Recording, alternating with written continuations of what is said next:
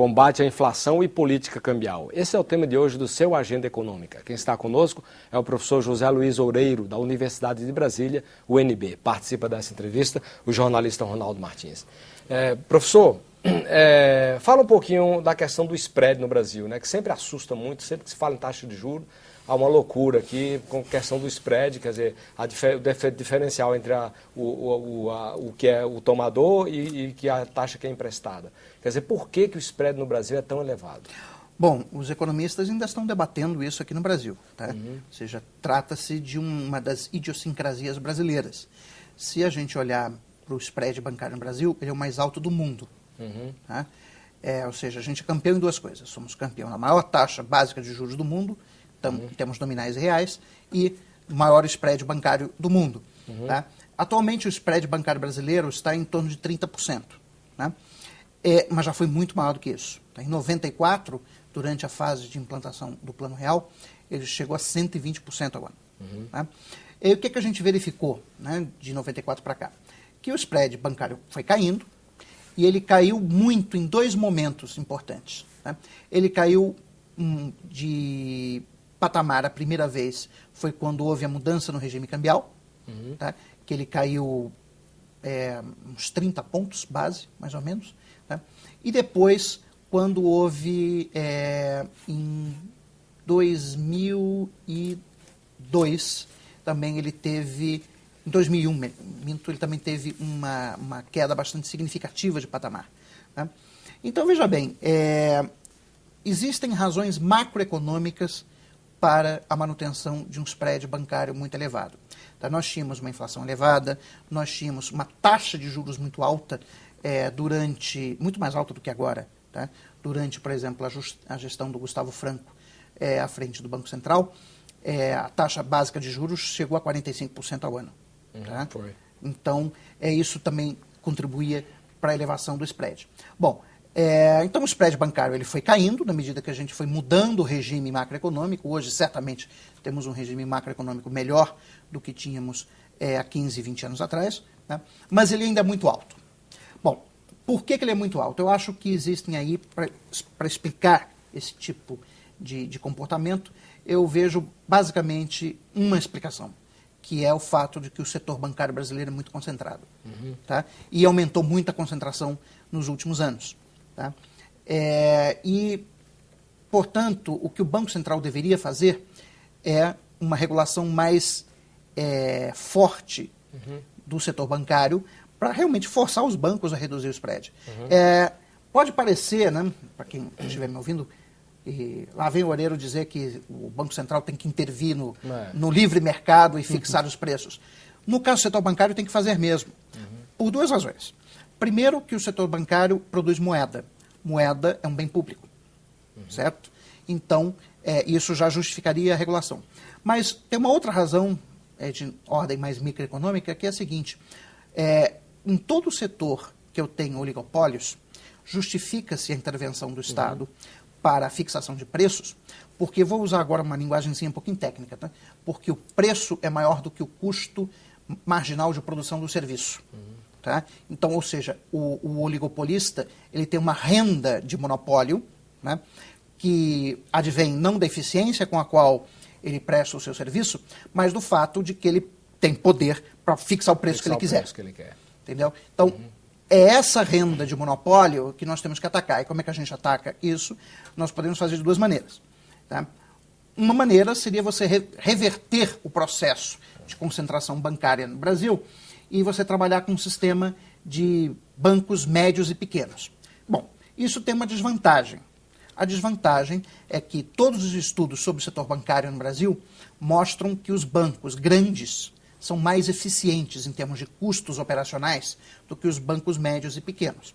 Então, se você voltar a um sistema de bancos médios e pequenos, você vai ter um sistema operacionalmente ineficiente. Então, a tecnologia de produção de serviços bancários nos obriga a ter bancos grandes. Bom, mas isso gera um outro problema. Bancos grandes podem cobrar preços altos. Então, como é que a gente lida com esse problema? A gente lida por intermédio da regulação. Quem tem que fazer isso é o Banco Central do Brasil. Esses bancos grandes não seriam também a razão do fortalecimento do nosso sistema bancário? Porque desde as crises aí da década de 90, os bancos pequenos em processos aí de falência foram sendo incorporados, e ainda hoje a gente vê isso, acabamos de ver com o Pan-Americano. Não seria, assim, meio que um paradoxo? O nosso sistema é forte justamente porque tem bancos grandes e é concentrado? Não vejo como paradoxo, eu acho que isso é natural mesmo. Ou seja, o processo de concentração bancária gera um setor financeiro que é mais robusto, né? Mas não é só isso. Quer dizer, por que os Estados Unidos também tem um setor concentrado? A Europa também tem um setor concentrado. Quer dizer, qual foi a nossa diferença com respeito aos Estados Unidos e Europa? Ou seja, por que lá teve Lehman Brothers, aqui não teve? Aqui teve algum barulhinho com o Nacional, não, com o Nacional não, com o Unibanco. Na verdade, o Pan-Americano... Unibanco lá na década de... Unibanco na crise agora de 2008, que foi incorporado pelo Itaú. Tá? Sim. Qual foi... Então, o que a gente tem de diferente? A nossa diferença é que os bancos no Brasil emprestam fundamentalmente para o governo. Então, o tomador de empréstimos do setor bancário é um tomador livre de risco. Né? Então, nós não tivemos todos aqueles empréstimos de alto risco que os bancos concederam lá nos Estados Unidos e que acabaram gerando a crise financeira de 2008. Então, eu acho que isso é até mais importante do que a concentração. Embora a concentração bancária no Brasil certamente ajude a fortalecer o sistema. Professor, como é que o senhor encara a questão da política monetária em si, pelo convencional, pelo aumento da taxa de juros, sendo que o Tesouro Nacional calcula que cada ponto de percentagem de aumento na taxa Selic, a taxa básica de juros, você provoca um impacto de 10 bilhões na dívida pública. Então, como é que você vai gerir essa contradição entre elevar gastos públicos para conter a inflação no tempo que você está aumentando a Selic e está aumentando o gasto público? Veja bem, Lival, eu acho que eu já discuti isso aqui da última vez que eu estive no programa. O Brasil tem algumas idiosincrasias que ele herdou do período de inflação alta. Uma delas é um título público chamado Letra Financeira do Tesouro. Né? Essa letra, esse título, ele é indexado pela taxa básica de juros. Esse título, até onde eu saiba, só existe no Brasil. Tá? Existe indexação de dívida pública, existe em vários lugares, mas é indexação por nível de preços, não indexação por taxa de juros. Né? Então, o que acontece? Toda vez que o Banco Central tem que fazer uma operação normal de política monetária, porque é normal o Banco Central aumentar e reduzir juros. Isso não tem nada de anormal. O que tem de anormal no Brasil é o nível dos juros, que é muito alto. Agora, o Banco Central aumentar ou reduzir juros, isso não tem problema nenhum. Todos os bancos centrais do mundo fazem isso. Só que no Brasil, em função desse título, quando ele faz isso, a conta vai direitinha para o governo. On spot, imediato. Tá? Então, essa forma de financiamento da dívida pública fazia sentido no período que o Brasil tinha inflação alta. Por quê? Quando você tem um título não indexado, toda vez que o Banco Central sobe a taxa de juros, o preço do título cai. Então, imagina o Brasil no período pré-real, que muitas vezes você tinha uma inflação mensal de 20%, né, 20% ao mês, e o Banco Central às vezes tinha que aumentar a taxa de juros, não como agora, 0,5%, mas ele tinha que aumentar em 20, 30 pontos. Né? Você quebrava o sistema financeiro se fizesse isso. Né? Então, para que o Banco Central pudesse conduzir a política monetária normal em condições de inflação alta, o Tesouro teve que introduzir esse título. Mas isso foi lá atrás.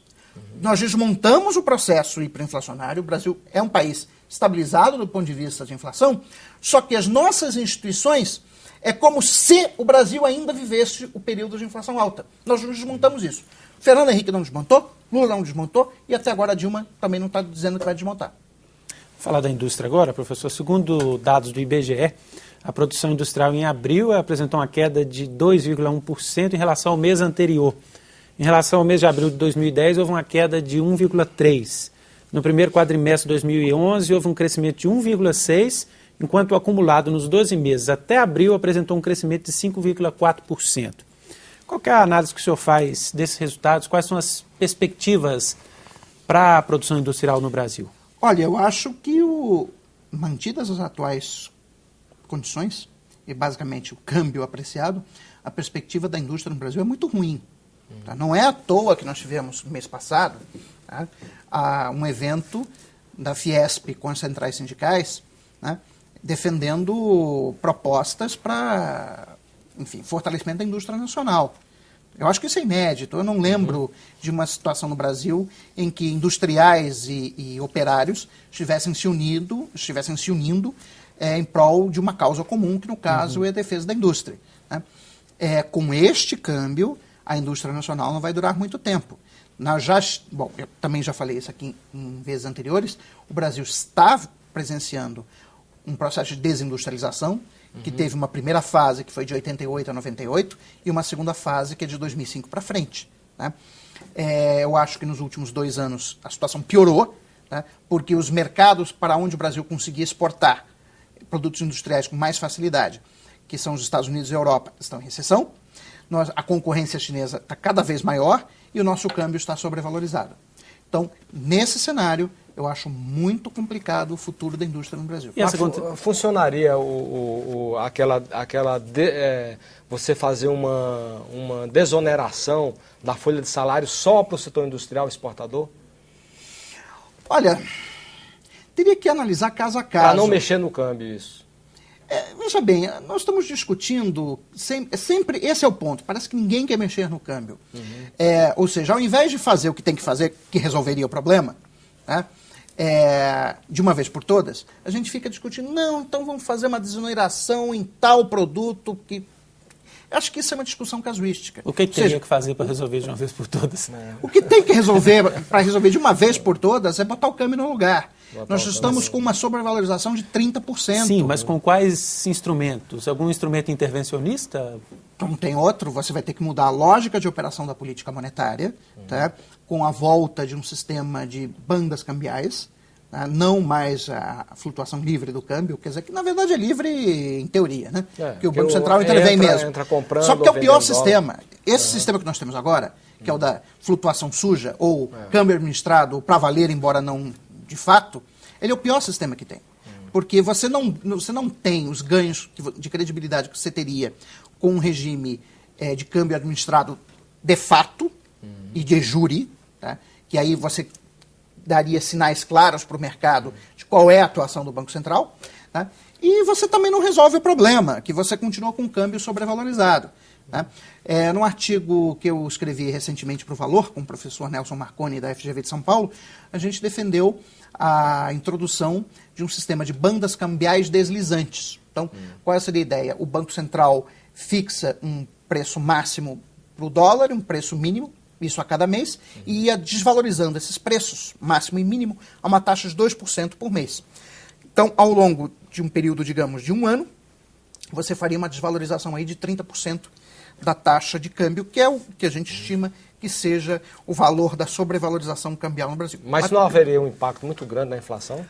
Teria um impacto na inflação, e para isso você precisa combinar 2 coisas. Né? Você precisa, por um lado, uma política fiscal mais apertada. Tá?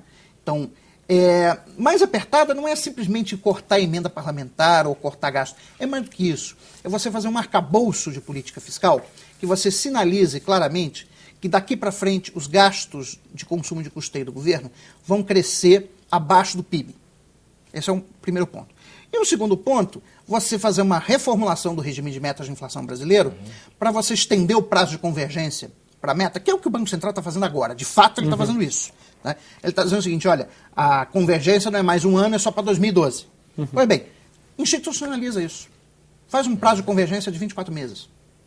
Pronto. Mas você, com isso, ganharia espaço, né, para poder fazer o ajuste na taxa de câmbio, que vai ter um aumento da inflação, isso não tenho nenhuma dúvida. Tá? Agora, a questão é, nós queremos resolver um problema, que é um problema que pode ter um custo grande a longo prazo, de desindustrialização, de crise de balanço de pagamentos. Desemprego, né? E desemprego lá na frente. Ou a gente quer ficar empurrando esse problema com a barriga até o dia que estourar. Esse é o problema aqui no Brasil. As coisas só se resolvem depois que estoura. O problema é que, com o câmbio, quando estourar de verdade, eu temo que a gente não vai ter muito mais o que fazer. Mas, por absurdo que possa parecer, não haveria segmentos no governo que trabalham com essa ideia de que o câmbio apreciado ajuda a combater a inflação, então vamos deixar do jeito que está? Eu acho que... Veja bem, eu acho que pode até ter gente no governo que pense isso, mas essa corrente dentro do governo hoje em dia é minoritária. Tá? Com certeza todo mundo sabe que o câmbio é um problema, tá? Que vai estourar em algum momento, eles sabem, só que eu vou dizer uma coisa, só não posso citar a fonte, tá? Eles sabem que o câmbio está sobrevalorizado, sabem que vai estourar, mas não vão fazer nada para resolver o problema, não por causa da inflação. Por quê? Mas por causa que toda vez que você tem uma desvalorização do câmbio, você tem uma queda temporária do nível de salário real. E isso tem implicações políticas que o governo não deseja. Professor, então o que é que o senhor vislumbra aí, em termos de política cambial, que o governo possa politicamente fazer, ficar bem com a classe trabalhadora, bem com a indústria, sem causar danos drásticos na política de combate à inflação? Eu acho que o governo teria que ter uma perspectiva, que é a perspectiva de resolver estruturalmente os problemas, ao invés de adotar remendos, tá? E esse tem sido o grande problema brasileiro nos últimos anos.